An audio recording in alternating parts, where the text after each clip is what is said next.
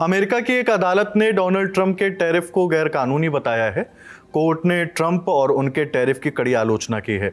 Washington DC की appeals court ने कहा है कि ट्रंप की ओर से लगाए गए ज्यादातर टैरिफ गैरकानूनी है, लेकिन अदालत ने अपने फैसले पर फिलहाल रोक लगा दी है ताकि मामला सुप्रीम कोर्ट तक जा सके। इस बीच ट्रंप ने गुस्से में साफ कर दिया कि सारे टैरिफ अभी भी लागू हैं और हटाने का सवाल ही नहीं है। ट्रंप ने अपने social media platform truth social पर लंबा चौड़ा बयान लिखा है। उन्होंने लिखा कि अगर टैरिफ हटा दिए गए तो ये अमेरिका के लिए पूरी तरह तबाही होगी। उनके मुताबिक इससे देश आर्थिक रूप से कमजोर हो जाएगा। ट्रंप ने कहा कि अमेरिका अब और ट्रेड डेफिसिट और दूसरे देशों के नॉन टैरिफ बैरियर्स बर्दाश्त नहीं करेगा। उनका तर्क है कि यही टैरिफ अमेरिकी किसानों, मैन्युफैक्चरर्स और वर्कर्स को बचाते हैं।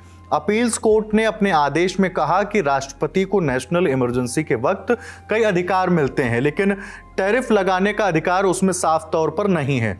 कोर्ट का मानना है कि ट्रंप ने अपनी सीमा से आगे जाकर यह कदम उठाया। यही वजह है कि ज्यादातर टैरिफ को गैर कानूनी करार दिया गया।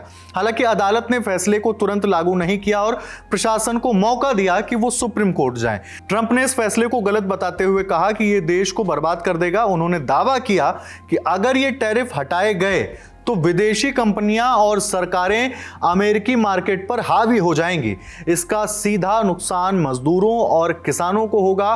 ट्रंप ने लेबर डे वीकेंड का हवाला देते हुए कहा कि लोगों को याद रखना चाहिए कि टैरिफ ही सबसे बड़ा हथियार है जिससे अमेरिकी वर्कर्स और इंडस्ट्री को बचाया जा सकता है। ट्रंप का कहना है कि लंबे समय तक टैरिफ का इस्तेमाल गलत तरीके से किया गया। उन्हें ऐसे नेताओं ने कमजोर किया जिन्होंने जनता का भला नहीं सोचा, लेकिन अब सुप्रीम कोर्ट की मदद से वो इन्हें कायम रखेंगे। उन्होंने लिखा कि इन टैरिफ से अमेरिका एक बार फिर अमीर, मजबूत और ताकतवर बनेगा। ट्रंप ने अप्रैल 2025 में भारत पर भी टैरिफ लगाए थे। शुरुआत में उन्होंने इसके लिए IEEPA नाम के कानून का सहारा लिया था, लेकिन उन्हें अंदाजा था कि यह कानून अदालत में चुनौती नहीं झेल पाएगा। इसलिए बाद के दौर में भारत पर टैरिफ लगाने के लिए उन्होंने अलग अलग कानूनी रास्ते अपनाए। इसका असर यह हुआ कि भारत पर लगे टैरिफ अब भी बरकरार हैं। भले ही कोर्ट ने IEEPA के आधार पर लगे टैरिफ को गैरकानूनी बताया हो, लेकिन भारत पर बाद में लगाए गए ड्यूटीज अलग कानूनों के तहत लागू की गई। यानी भारत के मामले में ट्रंप ने पहले से ही बैकअप प्लान बना लिया था। बाकी देशों जैसे चीन, कनाडा और मेक्सिको पर असर अलग है, क्योंकि उनके मामले में ज्यादातर टैरिफ सीधे IEEPA पर आधारित थे।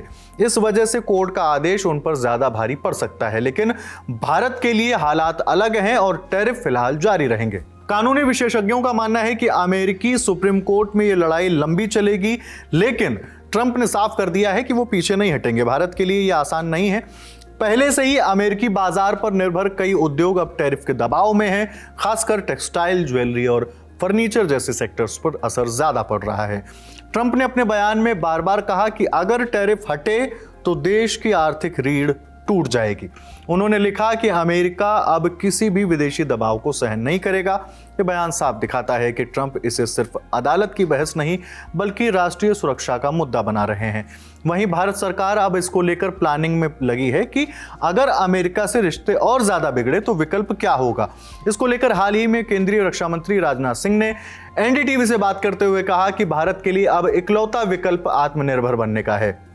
भारत पर जितना दबाव डाला जाएगा, भारत उतना मजबूत होगा। उन्होंने कहा, ट्रेड वॉर और टैरिफ वॉर की स्थितियां गंभीर होती जा रही हैं। कोई भी देश जब भी आगे बढ़ता है, उसके साथ साथ कुछ देशों के साथ उसके विचार मिलते हैं, वहीं दूसरी ओर कुछ देशों के साथ उसके विचार भी नहीं मिलते हैं। जिनके साथ विचार मिलते हैं उन्हें मित्र राष्ट्र समझा जाता है और जिनके साथ विचार नहीं मिलते उन्हें आमतौर पर दुश्मन समझा जाता है। भारत किसी को अपना दुश्मन नहीं मानता, लेकिन हमारे लिए अपने लोगों का, अपने किसानों का, अपने छोटे व्यापारियों का, अपने देशवासियों का हित सबसे ऊपर है और हम किसी भी कीमत पर अपने देश के वेलफेयर के साथ समझौता नहीं कर सकते हैं। बाकी ये तमाम जानकारी आपके लिए जुटाई है मेरे साथी दीपेंद्र गांधी ने। मैं हूं हिमांशु। देखते रहिए द ललन टॉक। नमस्ते।